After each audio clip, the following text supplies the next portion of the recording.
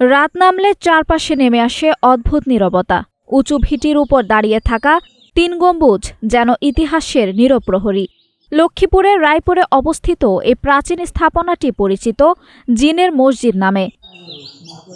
দিল্লির ঐতিহাসিক শাহী জামে মসজিদের আদলে নির্মিত এই মসজিদ আজও ইতিহাস, রহস্য ও আধ্যাত্মিকতার অনন্য নিদর্শন হয়ে আছে। প্রায় ২ শতাব্দী আগে মেঘনা ও খরস্রোতা ডাকাতিয়া নদীর মোহনায় রায়পুর উপজেলা ছিল জনবিরল বিশাল চরাঞ্চল। সে সময় বিভিন্ন দেশ থেকে আগত ধর্মসাধকরা এখানে অবস্থান করে ইসলামের প্রচার প্রসার ঘটান। বৃহত্তর নোয়াখালী অঞ্চলে ইসলামের বিস্তারে এ এলাকাকে গুরুত্বপূর্ণ কেন্দ্র হিসেবে ধরা হয়। বাংলা ১২৩৫ সাল অর্থাৎ ১৮২৮ খ্রিস্টাব্দে রায়পুরের এক সম্ভ্রান্ত মুসলিম পরিবারে জন্ম নেন ধর্মপ্রাণ আলেম মাওলানা আবদুল্লাহ। প্রাথমিক শিক্ষা শেষে উচ্চতর দ্বীনী শিক্ষার জন্য তিনি ভারতে গমন করেন এবং দীর্ঘ সময় আলেমদের সান্নিধ্যে জ্ঞান অর্জন করেন। পড়াশোনা শেষে দেশে ফেরার পথে দিল্লিতে অবস্থানকালে শাহী জামে মসজিদের নির্মাণশৈলী তাকে গভীরভাবে অনুপ্রাণিত করে। দেশে ফিরে সেই আদলে নিজ এলাকায় একটি মসজিদ নির্মাণের উদ্যোগ নেন তিনি। এলাকাবাসীর মতে ১৮৮৮ সালে ১১০ ফুট দৈর্ঘ্য ও ৭০ ফুট প্রস্থের ৩ গম্বুজ বিশিষ্ট একটি মসজিদ প্রতিষ্ঠিত হয়। লোকমুখে প্রচলিত আছে, রাতের আঁধারে জিন শিষ্যরা নাকি নির্মাণ কাজে সহায়তা করেছিল। এ কারণেই এটি জিনের মসজিদ নামে পরিচিতি লাভ করে।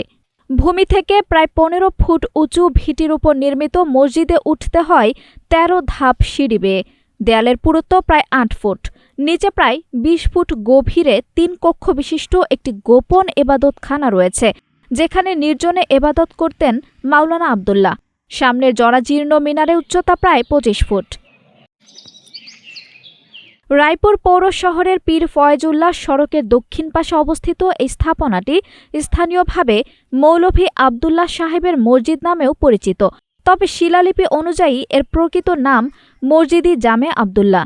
আসলে জিনি মসজিদ, এখানে মুরব্বীরা বলছে জিনি মসজিদ বা এক রাতে মসজিদটা তৈরি হয়েছে, আমরা যেটা জানি আর কি, মই মুরব্বীর থেকে শুনছিলাম। দীর্ঘদিন এই মসজিদটা পরিচিত এখানে। এটা জিনের মসজিদ নামে পরিচিত। এটাতে আন্ডারগ্রাউন্ডে একটা জায়গা আছে, ভীষণ অন্ধকার। ওই জায়গাটাই সবচাইতে আকর্ষণীয়, আর ওই জায়গায় দেখার জন্য বেশিরভাগ মানুষ আসে। মসজিদের ভিতরে অনেক সুন্দর, আর এই ফিলারগুলো অনেক মোটা মোটা। এই ফিলারগুলো মসজিদে এক রাতের ভিতরে জিনেরা বানাইছে। আসলে কি জিনের মসজিদ? আপনি কি এইটা জিনের মসজিদে আমরা আমাদের চাচা, কাকা, জ্যাঠা, দাদা যাদের কাছ থেকে শুনছি, ওরাই বলছে যে জিনে বানাই গেছে। স্থানীয়দের মতে যথাযথ সংরক্ষণ ও পরিচর্যা পেলে এটি দেশের অন্যতম গুরুত্বপূর্ণ ঐতিহাসিক ও ধর্মীয় পর্যটন কেন্দ্রে পরিণত হতে পারে। মসজিদের ইমাম মাওলানা লুৎফর রহমান জানান, মূল নকশা অনুযায়ী এখনও কিছু কাজ অসম্পূর্ণ রয়েছে। দান, অনুদান ও সরকারি সহযোগিতা পেলে পূর্ণ সৌন্দর্য ফিরে আসবে এবং ভবিষ্যৎ প্রজন্মের জন্য সংরক্ষণ সম্ভব হবে। দিল্লি শাহী মসজিদের আদলে মসজিদ নির্মাণ করছে। এখনও ওনার যে নকশা ছিল বারান্দার কাজ, আমরা গত ২০২২ সালে শুরু করছি। এখন আর্থিক অভাবে পুরা কাজটা এখনও কমপ্লিট করা সম্ভব হচ্ছে না। অনেক টাকা ঋণ হয়ে গেছে মসজিদ। এখন যদি টাকা পয়সার কোনো ব্যবস্থা হয় তাহলে আমরা ইনশাল্লাহ এই মসজিদের অসম্পূর্ণ কাজকে সম্পন্ন করলে মসজিদের সৌন্দর্য আরও অনেক বৃদ্ধি পাবে। ঠিক হুবহু দিল্লির শাহী মসজিদের মতোই দেখা যাবে ইনশাল্লাহ। আঞ্জুম হক আরবি, নাগরিক প্রতিদিন।